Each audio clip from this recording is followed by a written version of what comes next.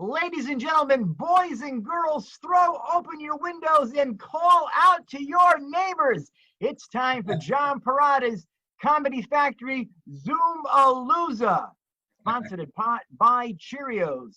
And now, your host, the man who ate a box of Cheerios for breakfast this morning, John Perrotta.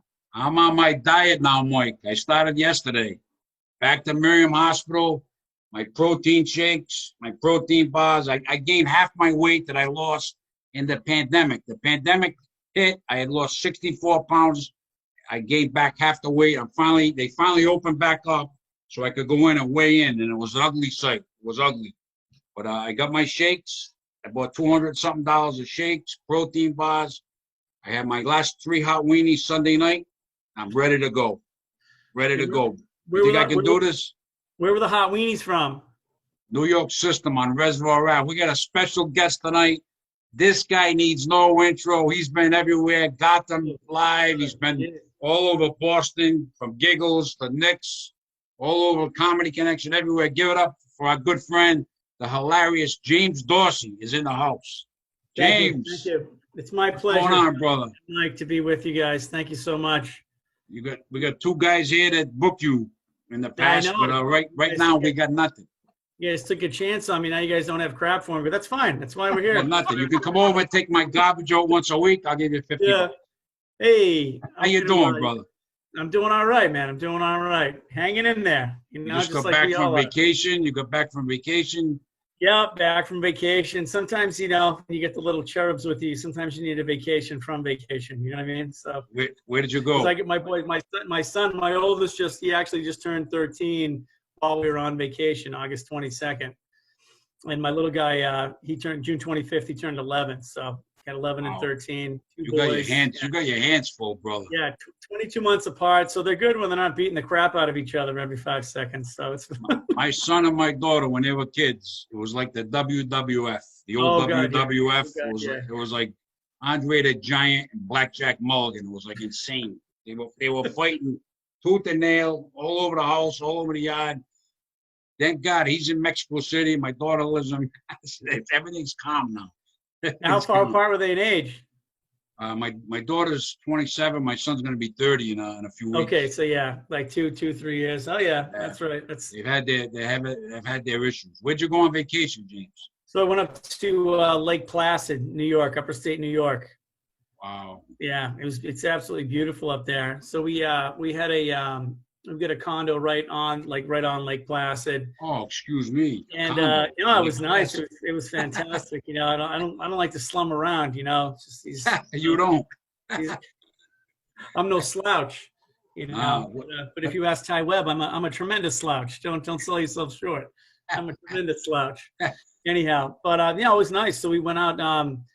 Did a lot of stuff. It's strange though when you're up that high. The weather, it's almost like tropical weather. Like it'll be beautiful out, and then like a huge storm cloud will come in. It'll rain hard for like 20 minutes, and then it'll just clear up again. And then you're back on the lake. But we golfed 36 holes Tuesday and Thursday. We went zip lining, and I thought I was gonna die. I really did. You will never catch me zip lining, boy. I don't even think that. I don't think that they could hold me. Because I was, I'm like, oh, I got this. And right when they're like, you sure you got this? I was like, oh, I got it. Yeah, I got it. And I screamed. I was like, ah! And your kids didn't zip line, did they? I'm like, no, I was shitting my pants. Who zip line? And your kids go too on that? Oh, yeah. So it was, my in-laws, my wife, my 2 boys, and my sister-in-law too. So we all did it. And it was just, there was this one. So it was there was 8 runs in all. And the 4th one was just a drop. So it was like walking the plank, literally like all you could see. So you're like 60, 70 feet in the air and you're basically on a plank and all you can see, you can't even see down at all. And she's like, so what you guys want to do? You just want to keep walking until you can't walk anymore, but you're going to be great. And everyone's looking at each other. They're like, what did she just say? Like, what is this? That's what you did. You'd walk down and you dropped like 15 feet and then the zip line would kick in and then you just like drop like a paratrooper. But it was like, you wouldn't catch me doing that for $1 million, bro. I'm afraid of heights, number one. It ain't gonna happen. Hey, anything for the kids, right, guys? Anything for the kids. I won't zip line for my kids. I'm sorry. I'd like to see Cronin zip line. You're up there. I'll be down here. Have fun. I zip line out of bed every morning at 5:30. That's about it. That's about it. Let's talk about James Dorsey's career. When did you start comedy? What got you into comedy, James? I remember you way back. So it's funny. I've been asked this question a million times. So I was always, the class clown, the funniest in 7th and 8th grade, blah, blah, blah. And, I've had even adults saying, hey, you should get into stand-up comedy, like since I was a kid. And I'd be like, oh, no, I'm not interested. But, the truth of the matter was I just didn't have the nerve to do it. And it's something I've always wanted to do. And then so when my wife Heidi got pregnant with our first child, Hayden, I was like, you know what? And I was like 35 years old. And I was like, oh, man, I'm going to give it a shot. Screw it. I'm going to give it a shot. I'm like, what the hell? I'm like, if it doesn't work out, it doesn't work out, And then it just kind of was crazy how, I would drive like we all did, drive 50 miles to do 5 minutes in front of 4 people that weren't even listening to, you know what I mean? But, I just had some good luck. I think within like 8 months, I think it was 6 or 8 months, one of my buddies asked me to join the Catch a New Rising Star at Twin River, that contest that they had. And, I didn't even know what I was doing. I just went in there. And, it was like 200 something, went down to 100, went down to 50, went down to 20, went down to 10, went down to 1. And they had the championship inside like the ballroom or whatever at the casino. So there was like 600 people that were there. It was crazy. And I won that contest, and it was just. In your first year, you were only doing it a few months and you won it. Yeah, like it was like I was like 6-7 months in, and and then they flew me out to Reno to their like mothership club at the casino out in Reno, and I just kind of was like, this is crazy. And then so I was like, I had like a 2-month-old, and I was like, this is all kind of happening at once, and I was like, this is just like, wow, this is nuts. I'm like, shit, I should have started 10 years ago when everyone was telling me to do it, So. Oh man, how'd you do in Reno? It was all right. It was kind of easy because everyone was just they were a good crowd, and I only had to do like 10 minutes.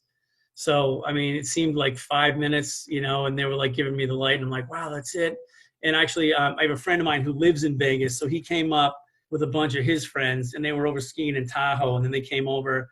And so it was good to have some people that I knew out there, because it was just me. Like I was just alone out there. But it was wild. It was wild. It was absolutely wild. And I remember. I got to tell you this. I got it in my head. I remember last year. It was last year or so. I had you at the Mariner Grill in Narragansett. We were upstairs, small room, like 50 people, and James is doing this energetic bit, and he's stomping. The manager come up and said the glasses on the bar were shaking. The bartender didn't know what was going on. He was stomping. He was stomping. He had some energetic bit. I forgot what it was. It was hilarious, and you had the whole place rocking. The first time, John, in view is that I booked James was at El Basha, and thankfully that night we had a full house. When I had never seen James before, he gets up there. And at one point, I was laughing so hard. I am not exaggerating one iota. I started to see the white sparkles above my eyes. I thought I was going to pass out. I was laughing so hard, I had to get up and go outside to catch my breath. I fell in love with James Dorsey right away. Like I thought, I was horrified. I was like, oh my God, this guy hates me. Like he can't even watch the rest of my show. He had to leave. I'm like, oh man, this is not going well at all. I hope our viewers at home can see this. One of the I can see it. I can see that. Look at the baby face complexion. Who's that guy? Oh my goodness. Can put on just absolutely incredible. No, I think that was a great night. So funny. So where'd you go from Reno? You did Reno, then where did you go from there? And then, I mean, I came back, and then I just started, I was lucky, man. I just started getting, gigs, like, hosting gigs, featuring gigs, throughout New England and whatnot. The connection, obviously, in Rhode Island I think that was God, that was one of the first clubs I think I ever actually performed at. If you guys remember way back when they did the contest on Wednesday night. Oh, and yeah. And if you won that contest, then you get to host for the weekend. So I did that contest and I won. And so I hosted, and I remember, so Chris Tabb was the feature and Paul Mercurio was the headliner. And I had never met either one of them, obviously. And I was just watching these guys perform, and I was like, wow, like you guys, Chris is high energy, hilarious guy, great guy. Paul Mercurio, I think he did 35 minutes of crowd material before he even like told his first joke. And I think he wound up doing like, I don't know, an hour and something. And I just remember that was, it was one of the first clubs that, I started getting regular work at. And then I think it was funny because I just had a Facebook memory when my first weekend when I headlined Knicks for the first time. That was like 2018. It was the summertime, and it's just, it's just been fun, man. The phone keeps ringing, so I can't complain. It's always James, nice. What I would like to you know guys, is, the frustrating thing. John and I have both like you, and thousands of people that are going to watch this have also seen you. Were you the James Dorsey on stage that we know now, or did you slowly work towards that? How did you develop this act with all the different voices and facial expressions and body language? Was that you out of the gate, or did you work on that? That's just me. That's just me. Like a lot, I don't write anything out. It's a lot of the stuff is just bullet points. Like I'll have a bullet point and then I'll just kind of go from, however I'm feeling. A lot of times, like I have a core, like of jokes, especially if I'm doing like a, 45-minute set, I'll have like my, 25 minutes of stuff that I know that I'm going to use. But there'll be times where I'll be up there and I'll start, I don't know if it's nerves, if I'm excited, if I'm nervous, I don't know what you want to call it, but my first 15 minutes and in the back of my head, I'm like, what are you doing right now, dude? Like, you're not even anything. Like, what are you doing? And I'm talking to myself and I'm like, it's going well, but I'm like, what are you doing? Where are you going with this? You don't even know what the hell you're talking about. You've never talked about this before. And then, people are like, oh, that new stuff's great. I'm like, yeah, I don't even remember talking about it. I guess it was good. And like, I can't tell you what the hell I was talking about, but it went well. But in answer to your question, like the whole, the energy and the voices and the facial expressions is just me. I'm just a human jackass, I guess, is what, And it's not like I'm trying to act out. I mean, I remember when I saw you do the bit on is it Fung Hua Bucks? Yeah, yes. Rest in peace. That joke is dead. I thought that they were going to have to call in like a rescue for first responders for me. I don't think I That's the one where you left the room at El Bacha. That's the one that you had to leave the building. With you, you're one of the comics that I would always have to leave the room. Always have to leave the room. You just make me laugh so hard. And the other thing I remember about booking you too is the want of the audience to have a picture taken with you after was through the roof. And you were always so kind, so generous, patient with them. You're sweaty. People are lining up. Oh, I want to take a picture with them. Oh my God! I'm like, I'm so and most people don't know that you're like 7 feet tall. You tower over everybody that you're taking these pictures with. How tall are you, James? It's so funny. 6'4". 6'4". James is with my heels on, I'm like 6'5".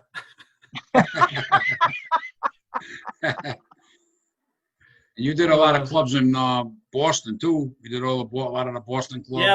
Yeah, pretty much all of them. It was one of the coolest experiences ever was this was, oh my God, was this 2019? Was it last year? Anyhow, so Brian Callen was there all weekend, and I was hosting for Brian Callen, and they were like, there's a special guest Thursday night. So they had shows Thursday, Friday, Saturday. So super long story short, Joe Rogan shows up on Thursday night. Wow. Because he was recording both his sets in Boston at the theater in Boston. So he just kind of basically came in to Laugh Boston on Thursday and did his whole set as a practice before he did it at the Wilbur Friday and Saturday. And it was just like I'm in the green room with these guys, and I felt like it was like an 8th grade dance.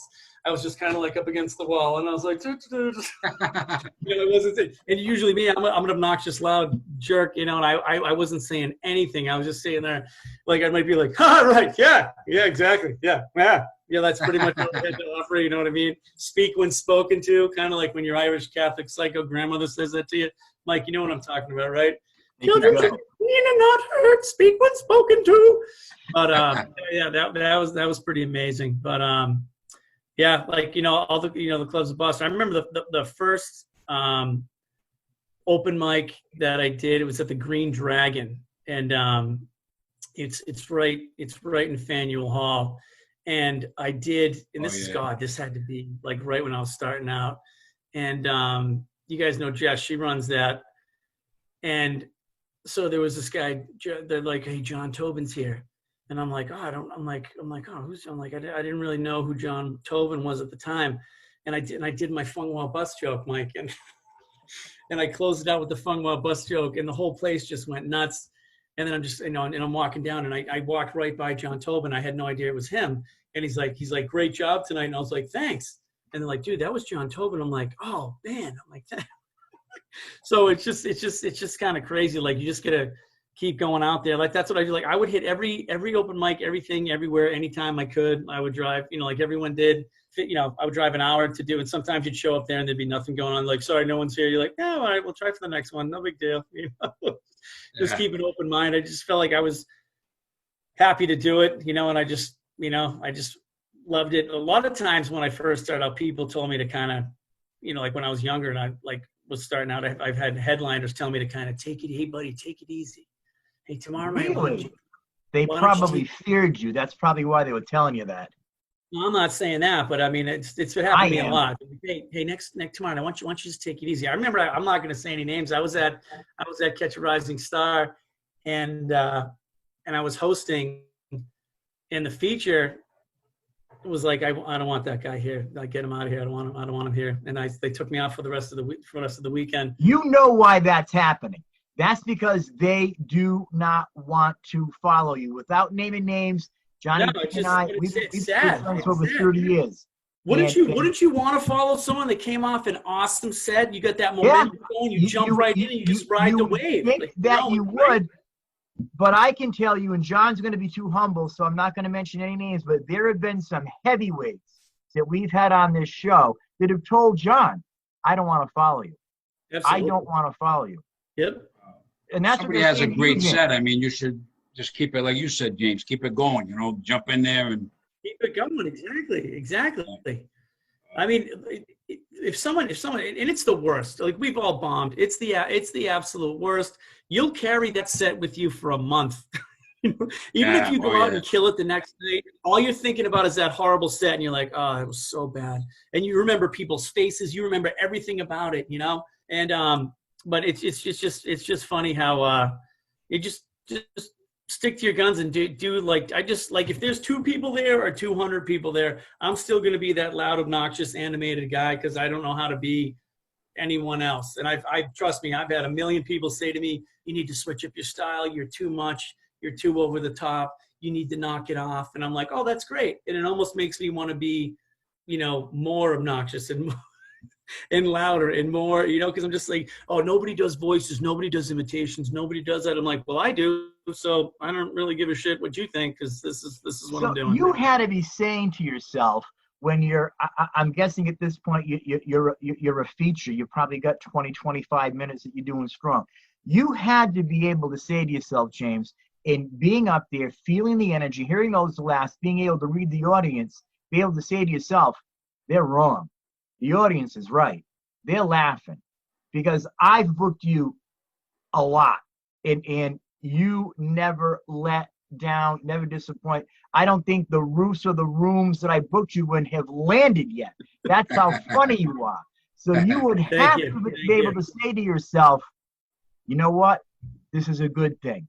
They fear me. They don't want to follow me. I'm just going to keep moving forward. Is that what your thought was? Well, I mean, like, in confidence wise, I know that I would never get off stage and say, you're wrong. You know, I just get off stage and, I just feel like it's when you hit a grand slam, you don't need to say anything. You don't have to say anything to anyone because everyone knows, everyone saw what you just did. Everyone was there. Everyone witnessed it. I don't need to say shit because I was there and I did a good job. And hey, I'm sorry if I did my job. I'm sorry.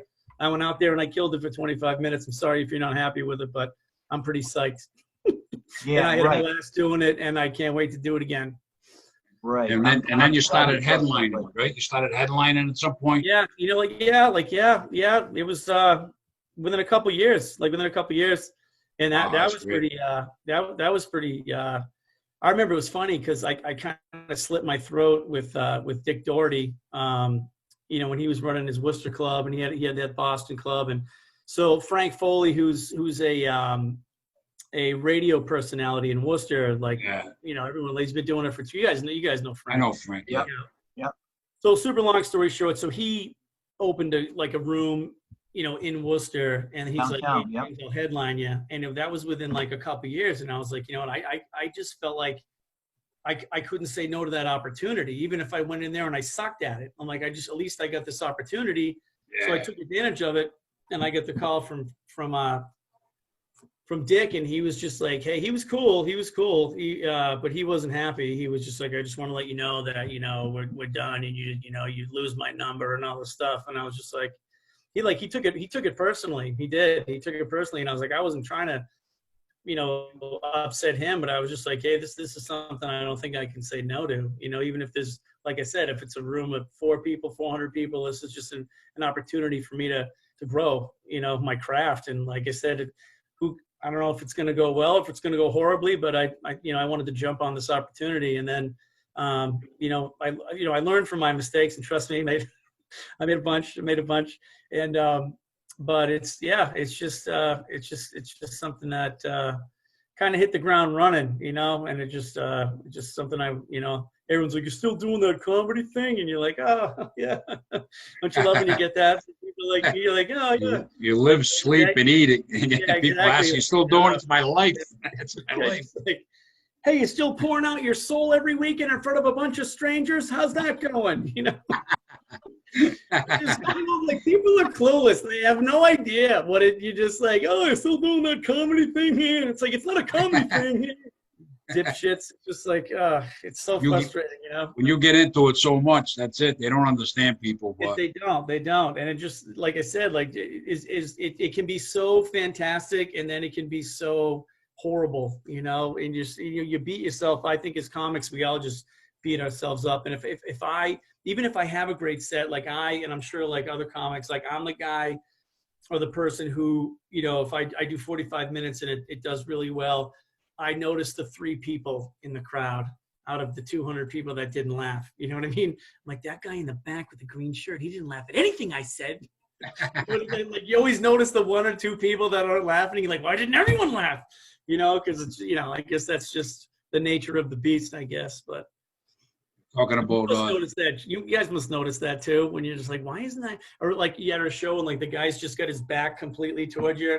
You're like, feel free to turn around. It's okay, because the show's actually this way. So feel free to flip it. Or you can just stay there and I'll just rip on you and you won't even know it. People, that's fine. That's the way it is. Some people, we're talking about Dick Doherty. I had done the Vault one time with Stacey Kendall was there and Larry Miles. And I had a great set. Dick Doherty and his wife wasn't there. And then they want to book me. I did good a couple of times, and they booked me at the piano bar upstairs. What's that downstairs? Dick Doherty had in Boston. That was at Howl at the Moon? Howl at the Moon? Yeah. Downstairs he had a room. So I'm there on a Friday. I did all right. And I'm there on a Saturday. My son comes with this girl he was seeing at the time, and some of his friends, and he was going to be moving. I think he was going to be moving away. So I had a lot on my mind. One of the nights, and there wasn't a big crowd, but I usually go up and go into the crowd, and you get them, James, right away, and you just roll through your set. That night was one of them nights I couldn't get him. And I had a rough set, and they never booked me again because I had one bad set. The pressure of this business, you can crush 10 times in a row. Yep. One bad set, they might not use you again. You know what I mean? That's the thing too. It's like the people who have never seen you before, and if they seen you bomb, then they're like, boom, that, so and so, he's not funny or she's not funny because they've never seen you kill.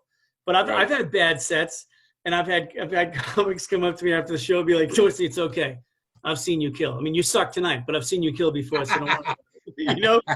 Just like thanks, I guess, but all right, thanks, appreciate it. You did Gotham Live? No, not Gotham Live. No, it wasn't the Gotham Live. I actually went Gotham Comedy Club. Yeah, Gotham Comedy Club, and they had a competition, and I made it to the finals, and so there was like 12 comics in the finals. Obviously, one comic moved on to actually get filmed at for a live performance at Gotham Live, and I got to tell you, it was probably like every single person just absolutely destroyed, like absolutely. I'm like, how are they going to pick a winner here? Because every single comic destroyed for the 6 minutes that they had, like absolutely killed it. And but it's just a great experience, just to get out there. You've been there too. I have never been to Dangerfields. What's Dangerfields like? I did Dangerfields like 3 times. I mean, I enjoyed it. I had a good time. Yeah, that was last time I was there was 2017. But I had fun. Stacy came out. Stacy Kendrow, John O'Connor, which used to be John Porch. He came out, and Doug T came out, and Beecher, what's his name? Beecher. Yeah, Beecher. Beecher came out. I haven't seen him in a while. The 4th, and now it's just Beecher. Yeah. How's he doing? Have you ever see him anywhere? I haven't talked to him in a while. I haven't talked to him in a long while since this whole COVID thing. Funny guy. He was a funny guy. Oh, he's a great guy. He's a great guy. He's another tall guy too. He's another tall guy. He's tall. I think he might have a half an inch on me, so I'm just like, bitch. Like when guys are taller than me, I automatically hate him. I'm like, what? It's like if you're the pretty girl at the party and then another pretty girl walks in, you're like, I hate her.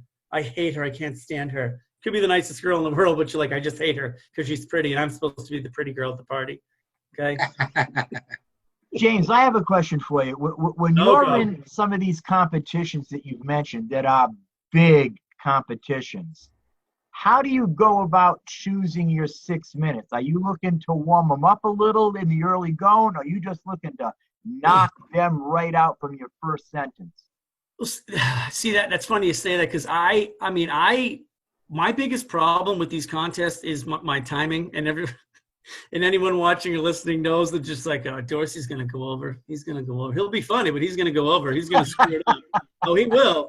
He'll make him laugh, but he's going to lose points because he's going to go over because he's a bonehead and he can't keep track of his time. But in answer to your question, whenever I try to do a set, I try to like my first 10 seconds, I want to get a huge reaction, and I want to hit that grand slam every time. I don't want to, I just want to kind of keep him going with that whole, every 10 seconds, keep him going. And I always, my biggest focus is, you want to start strong, but like when you only have those 6 minute spots, they're always going to remember how you closed. So if my focus is just to try to have a super strong close, because, that's what they're going to remember. You know what I mean? Right, you can eat it for 3.5 minutes, but if that last minute and a half, you absolutely crush it, and then you have an absolutely, an ending where you can absolutely just destroy the room, that's how they're going to remember you. So I hope that answered your question. It did, because I've wondered how one would go about choosing their set when you're in a big competition like that.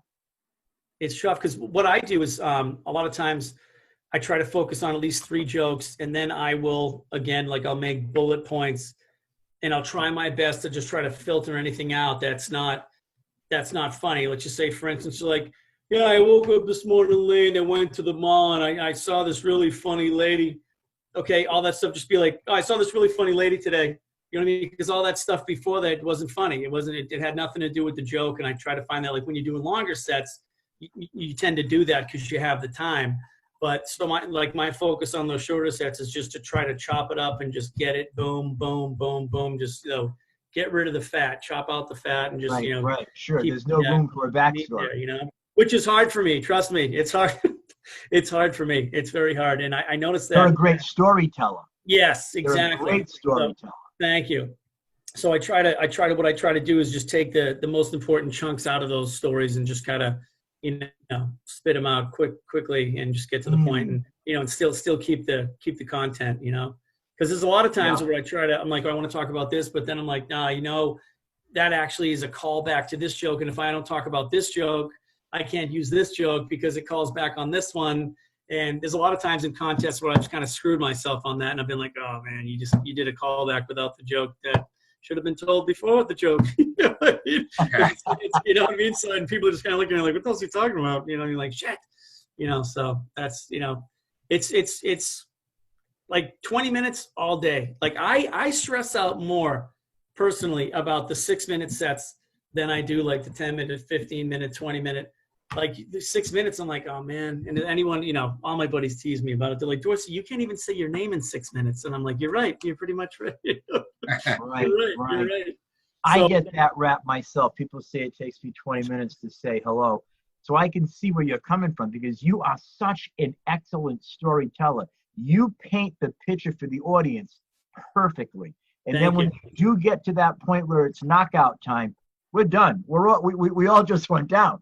We're laughing so hard. So I can see your point of where you would stress over having to do a 6-minute set because your stand-up is not like Tom Carter, set up, punch, set up, punch, set up, punch. Right, exactly. You are a true storyteller. Right. I mean, yeah, that's the thing when, Tom Carter, he's super talented. He could get, 5-10 jokes in within 90 seconds, which is that's right. Which is something I think is amazing because he's unbelievable. He's fantastically talented, and that's just something I look at as a comic and I'm like, wow, I really respect that. And he's clean as a whistle too. Clean as a whistle. Yeah. You know what I mean? Even when the stuff that might be a little off key, he's just indicating it, which is even more. It's just like, wow, right. That's talent in my book, because I'm just a knucklehead. I'll just hit him over the head with it so they don't have to think, There you go. There's a video of Rodney Dangerfield. I'm just a bonehead, and I'm just going to hit you over the head with it. No big deal. I saw Carter have a set one time. It was a benefit for the station fire at Stitch's Comedy Club when it was in the mall, Providence. Okay. It was like probably the best set I've ever seen anyone have. He absolutely lit that place up. Oh, it was unbelievable. He's hilarious, that guy, Carter. That is unbelievable. I saw him the last time when he, I think it was the second time he did America's Got Talent, and he brought the dog on stage, and he named the dog, what did he name it? Simon Growl. That was the name of the dog. Yes, right. Yep. And Simon did not like that at all. He did not think it was funny. He did not think it was funny. He did. But he went on and crushed it. He had an unbelievable set. Like, it was hilarious. And I thought that was pretty ballsy for him to do that. That took a lot of balls. I was amazed. I was like, wow, that took a lot of balls because Simon, I don't think he has a very good sense of humor at all. I think with Simon, what happened with that, because I saw that same thing, James, and I also followed Tom's journey through when he came in second. Simon Cowell, if you remember, was not on the panel. Even though that's his show, he's the executive producer. He was not on the judges panel during Tom's first run. So I don't know if he really had any type of a relationship with Tom Carter. Okay. I could be wrong. I could be out in left field without a glove on this one, but I was surprised that Simon Cowell took the approach that he did to Tom. Very icy. Very, very British ice. And my humble opinion. He's a likable guy. He doesn't come off as a jerk. He's not arrogant. He's, right. So I agree. I don't know why he would do that. Maybe he felt threatened. Who knows? He's over with a broken back now, Simon. Yeah, right? He just broke his back. Yeah. Broke his back. Yeah, he legitimately broke his back. He did something. He was on. What was he on, Mike? Was he in his driveway? He bought something to ride. I forget what it was. He had one of those. Anyway, he's out. He's out with a broken back. The live shows are in. They're taping him now. They're a little bit different, but he is in fact out with a broken back. And then he's got the whole thing with Gabrielle Union. She's not going away. There was another article out today about how unprofessional they are, how toxic that was, how brutal her exit from the show was. So Simon Cowell and his lawyers and the others over there at Fremantle at America's Got Talent, they've got their hands full with how they handled her on that show. I'm not familiar. So what happened? Fill me in. What happened on that with Gabrielle Union? Did she storm off the set? No. What had happened was they, at the end of, she did one season, her and Julianne Hough, Derek Hoff's sister. So at the end of their season, they got fired. They didn't renew their contracts. They got fired. Julianne Hough went off very quietly, but, lo and behold, she's also got 2 December Christmas specials coming up with her brother on the network, so she's not going to say anything. And Gabrielle Union spoke up, talked about how many notes she got from producers. Your wigs are too black, your outfits, toxic. She complained about one of the jokes that Jay Leno did. She thought it was very, very racist, and it was pretty offensive.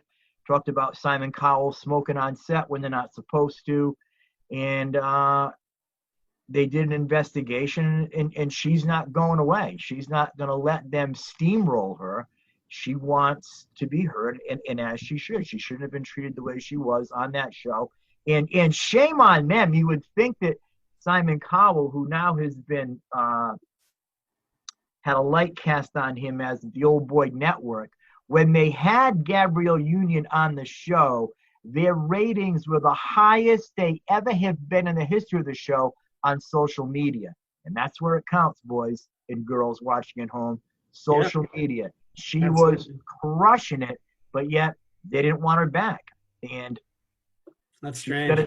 She's got a team of lawyers. Like she said today, the article I read today, she felt bad that she brought her team into that environment. Because you got to remember, when you're a Gabrielle Union, you're just not coming out for the first time for an open mic night. This girl's established. She's got a whole team. She's got PR people and lawyers and assistants coming with her, and now she feels for them. That's the crazy. Underbelly of Hollywood, boys and girls. It's not pretty at all. I feel like I'm on Inside Edition. Yeah, I know. What the heck is going on here? I need to catch up. Buy Cheerios. Like, I got to go watch TMZ after this, so I know what the hell's going on in Hollywood. Oh man! Here's a funny story. I don't know if she's watching. My dear friend Christina Myers, who's been my friend for like 30-some years, one of my best friends. She always makes fun of me. Michael Cronin always calls me Michael Cronin. You've met Christina, James. I've got pictures of you in her at some of the shows.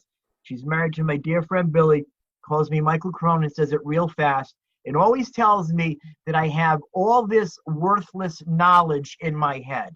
All this worthless knowledge. So one night, her and her husband invite me to Ladder 33. You know what I'm talking about, Johnny? Over on Yeah, I did some parties in there. Yeah. Beautiful place. Johnny, where haven't you done parties? You've done parties everywhere. They invite me, James and John, and those of you watching at home, to this trivia night. And this company that puts this trivia night on, boy, they do it right. They do it right. Place is packed. We won, and that night, every single round, Grampy Mike won in pop culture. So she gives me a big high five. That's my boy, Mikey Cronin. I'm like, oh, now all of a sudden I'm your boy. What happened to all the head full of worthless knowledge that I had? Yes, I do know a thing or two about pop culture. And we won. See, we're speechless.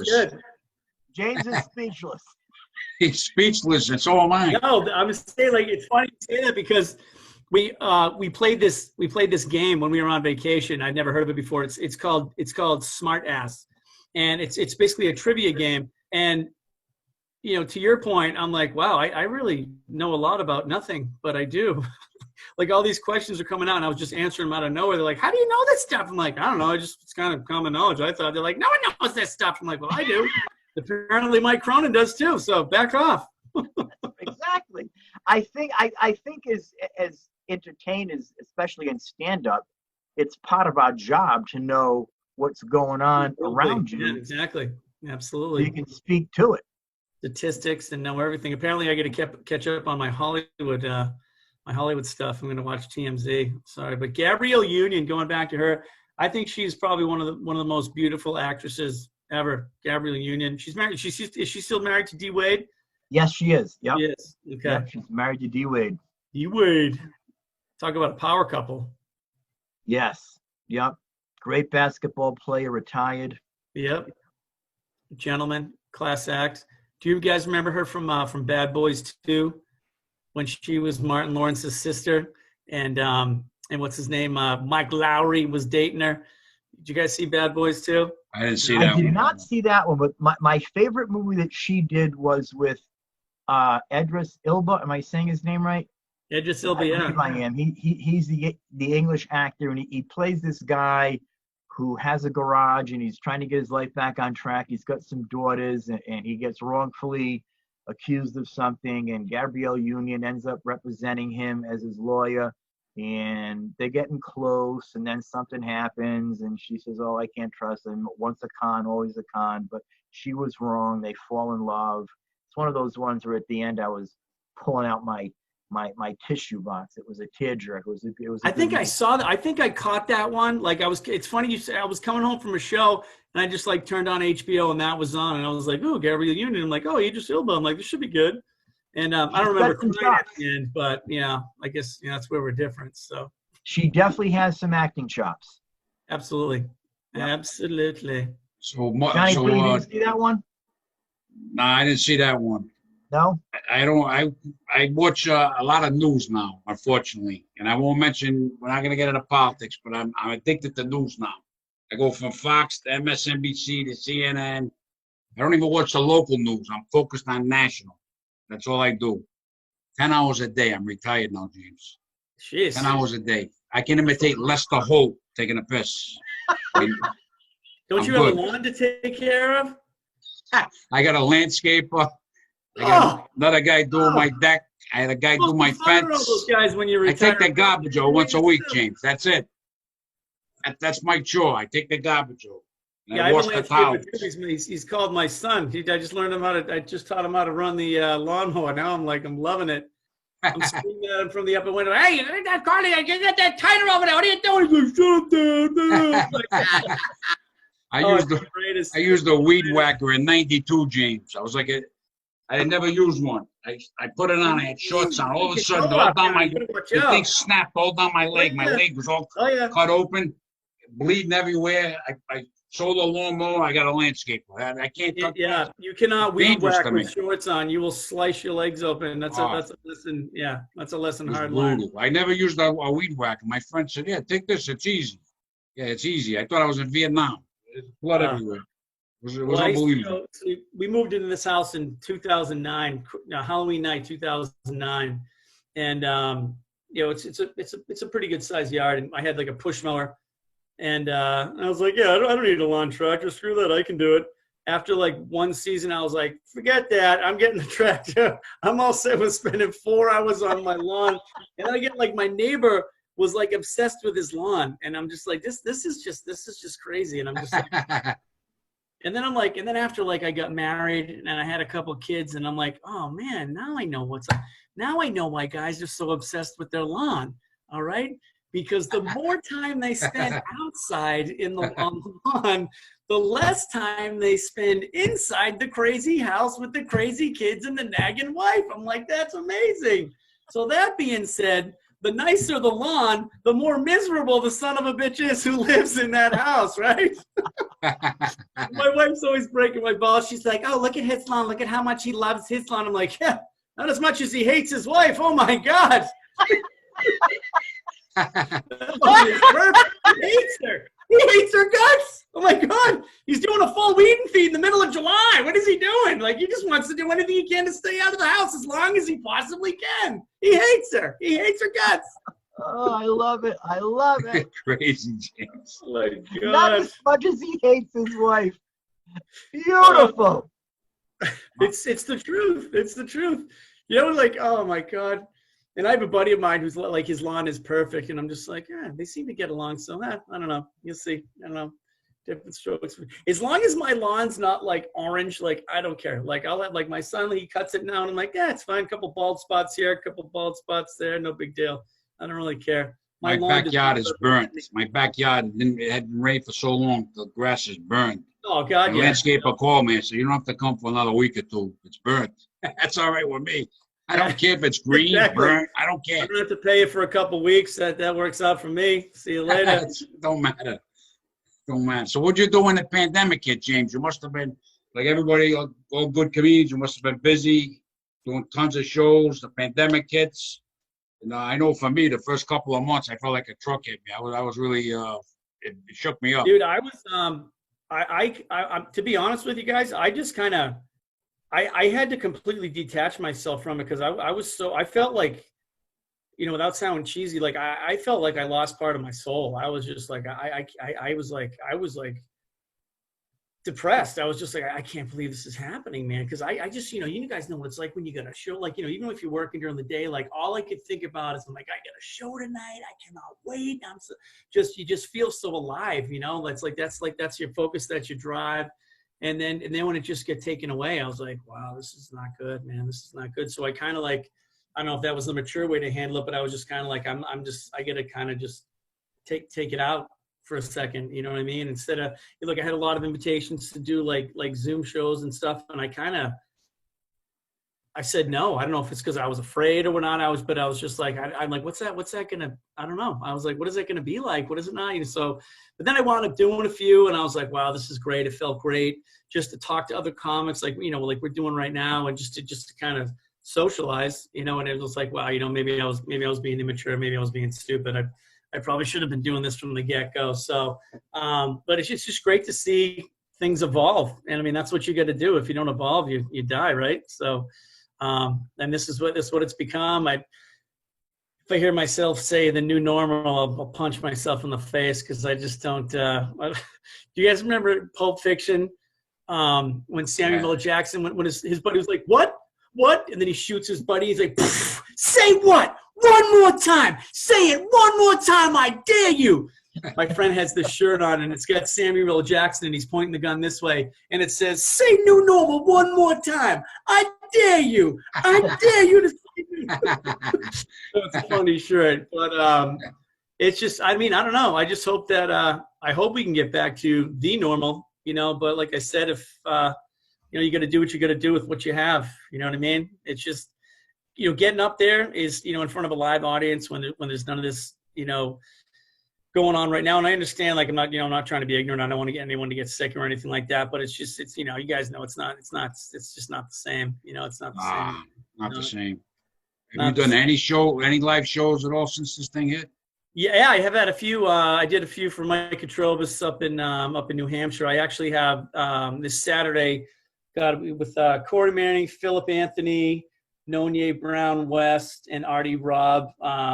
So Corey Manning and Amanda Merrick put it on. It's at the it's this Saturday at the it's in Randolph. So it's like one of those drive-in shows. So I haven't done one of those yet. So I don't know how that, you know, how that's going to go. I don't know if it's actually like the drive-in movie and they tune into a frequency and they can hear you or anything. Like, I don't know. Have you guys have any experience with the drive-in shows? I haven't done one. My church did that where you would pull into the parking lot and tune to a certain channel on FM and then listen to Pastor Tony from there. But what was sent back into the sanctuary. So it could be that, James, where they tune into a certain station and they'll hear it that way. And then the Comedy Attic in Worcester, I headlined a show out there, and that was in they had it in the parking lot. There wasn't a tent or anything like that, and that was like, I think like 49 people turned out for that. So that that was fun. That was a good time. But it was just kind of, you know, it's tough when you're on Park Ave in Worcester and you're trying to deal with the going down Park Ave, and you're like, I don't really know about that, you know. With it, you got the you know, those souped up cars and the motorcycles and all that stuff, and they're just so loud. It's gonna be a distraction. You know, I'm not gonna. I wonder what's gonna happen when the winter comes, because like they're doing different places outside shows. Once November comes, November, December, January, February, March. I was talking on a comic today about it. Like 5-6 months, they're not gonna really be able to do outside shows. So some places will do inside. Those are the best months. You know what I mean? Those are you know, comedy. Those are great months for comedy. You know. Oh yeah. It will be very interesting to see what happens, what the climate is like when we all wake up on November 4th. Yeah, I mean, I hope I just hope it's going to get better. I just hope it's going to get better, get more, because I thought we were trending upwards in like a positive way in terms of, you know, infections or whatnot. So I just I don't really know what to say. I really did. The whole situation just confuses me. I don't know. It's just at the point where I don't know what to believe, who to believe. You don't know if the virus, like some people say, some of these doctors say the virus is going to come back. It's going to be worse in the winter with the flu and the virus. It's going to be be another wave of it. And so we don't know. We don't know. So it's hard to predict the future. Cold weather does increase. Yeah. There was a celebrity. I can't think of what their name is right now. Hopefully it'll come to me. But anyway, they passed away within the past couple of weeks or so, handful of weeks, and the media, all the outlets, so-and-so passes COVID-19. Their family said, no, wait a minute. They released her medical records and the autopsy. Never had COVID-19 ever. Passed away from kidney disease. So we just don't know. We just don't know. There's a lot of questions and not enough answers. About this. Say it again, John. A lot of questions and not enough answers. Right. James, you remember Woodstock, right? Yeah, I wasn't there, but I remember it. Yeah. Oh, you were just staring at me like you were there. Yeah, man, I remember Woodstock. Anyway, Woodstock, 1969, 400,000 people over a 3-day music festival during the Hong Kong flu, which killed over 1 million people globally and over 100,000 here in the United States. They didn't lock down. I hear you. Not locked down.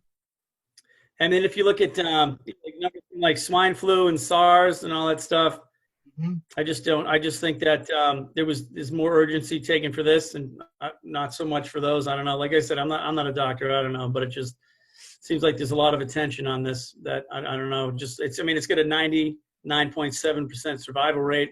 I know it's, extremely dangerous for, older people or, with weakened immune systems and stuff like that. And I know it's a serious thing and, people have lost their lives, which is sad, but I just think that I've never seen precautions like this taken in my lifetime. So it's very strange for me to see. So me neither, for all of us. Yeah, our infection rate today in Rhode Island is 1.7. Okay. I'd like to know what our infection rate is during the height of flu season on any given year. I bet it's a lot higher than 1.7. Yeah. And you guys are on the naughty list. I can't even come down and do shows in Rhode Island. You guys are on the I know, and we're at 1.7. Oh my God.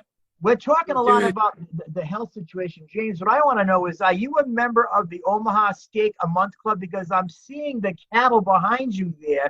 Oh my God! No, this is my daytime personality. This is what I do. I sell. What do you sell? Steaks during the day. Just everything. What do you sell? Anything that moves. I sell a lot. Basically, I'm a broker trader for anything that can be sold as a commodity by the truckload, domestically, internationally, anything like that. So, Yep. So you guys need a truckload of pork ribs. Just let me know. I'll hook you up. Does it have to be a big volume order? I mean, can you hook a friend up? That's got to be. I don't mess. If it's under 40,000 pounds, I don't even look at them. Like I don't screw around. Are you serious? Yeah, full truckload's 40,000 pound. A crate's 58 pounds. Listen, James, I'm retired now. I got a few bucks in my IRA. How much would it cost me? A truckload of pork ribs, drop them off in my first ex-wife's driveway. What would that cost me? No, for you, free. I can do that for you for free. I'll pay so much a month. I'll pay whatever it costs. She loves them. She loves pork ribs. So just drop them right in the driveway. If you guys can see my camera, hold on. I think you guys can appreciate that. See that? Right. Hold on. See that? Right. Oh wait. Hold on. See that's the big three. You see? Hold on. Larry Bird, right there.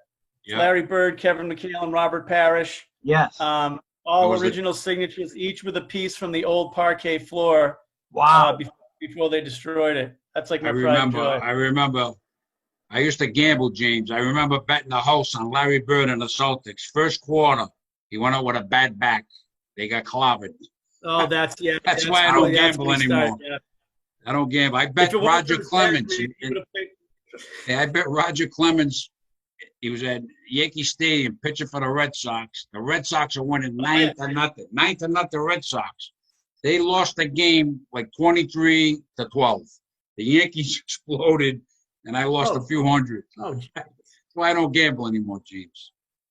23-12 in baseball. That's insane. Yeah. Oh, they were up 9-0. I was like, count my money. Next thing I know. Yeah, exactly. Yeah. That's a rough night, man. That's a rough night. Yeah. That's We gotta. It's not like I'm opposed to gambling. I just never like get into it. You're lucky. But I have a buddy. You're lucky. I had a buddy of mine who was like, he was a bookie, and this kid was like a savant when it came to gambling. So he would actually like take bets, and if he knew it was a bad bet, he would, you know, he's supposed to pass it on to someone else. And if he knew it was a bad bet, he would just take the bet himself.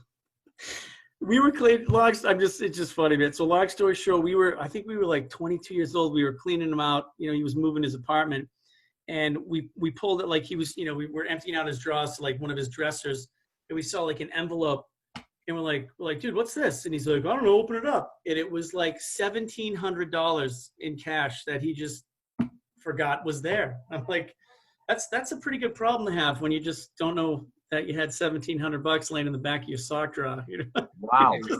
When I was a kid, James. Oh my God, yeah. When I was a kid, my friend's father was a bookie, so we started betting $10 bets on football, and that escalated. But when we were teenagers, my friend, this was probably the worst thing I ever did.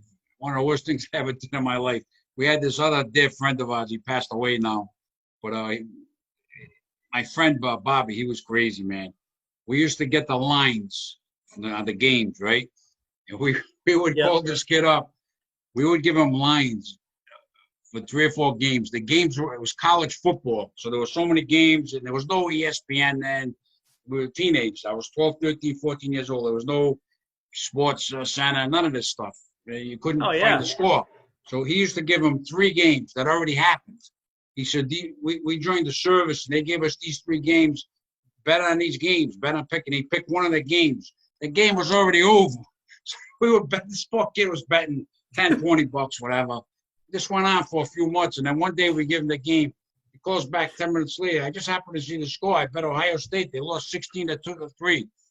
Like, holy shit. That's probably the worst thing you can do is give a guy a game, and the game's already over. I say, James, bet the Celtics. They're gonna kill them. Celtics already lost. You don't know. You bet the game. The kid never could get the scores. I was an asshole. That was an asshole thing. That was the worst thing I ever did in my life when it comes to gambling. You could get killed for doing something like that. That is too funny. That's like charging people for a keg at a keg party. The keg's already dry, and you're just taking their money as they come in. That's the biggest asshole thing I ever did. Yeah, just I'll recall. Come on in, buddy. Come on in. Yeah, and the kid was still friends with us after. So I don't know. He was a little. He was still friendly with us after we did that. But it wasn't like we were hundreds of dollars. It was like $10, $20 bets. But it was stupid. You know what I mean? But we got to bring this to a high level, James, to close this. I mean, what do you got? Can you think of something, guys? Cronin speechless. No, I mean my mind's going 1,000 miles an hour. There's a lot of stuff that we can still talk about, man. I'd like to dig more into James's his career. We've learned about the open mic and the featuring and the headlining. I'd like to talk a little bit more about.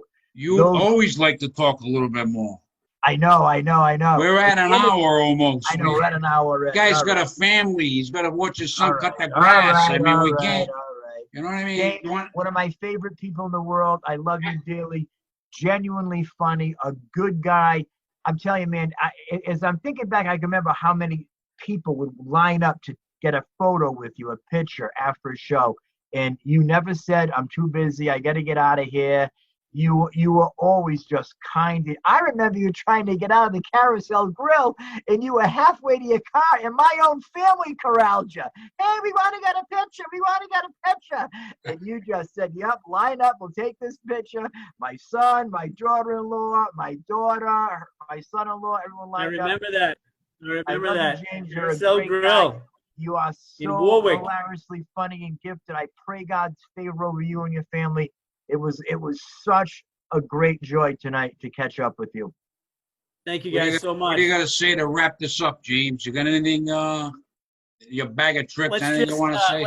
Let's just play to a higher power that we can get in front of some live audiences, and let's just hope that everyone gets healthy and this whole COVID thing, improves, and we can just get back to our normal lives and do what we do best and make people laugh, make people happy, spread joy, and There's nothing I like more than being in a show with. I'd love to be in a show with both you guys. We had just being in a business. People don't realize so much fun being a comedian. All entertainers, whether they're in a band or whatever they do, comedians, we get pumped up for the show.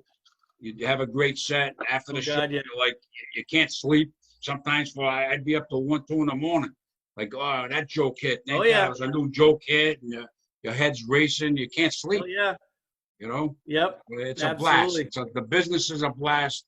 It's going to come back. It's just a matter of when. You know what I mean? I don't know what it's you're doing it driving, so that's good.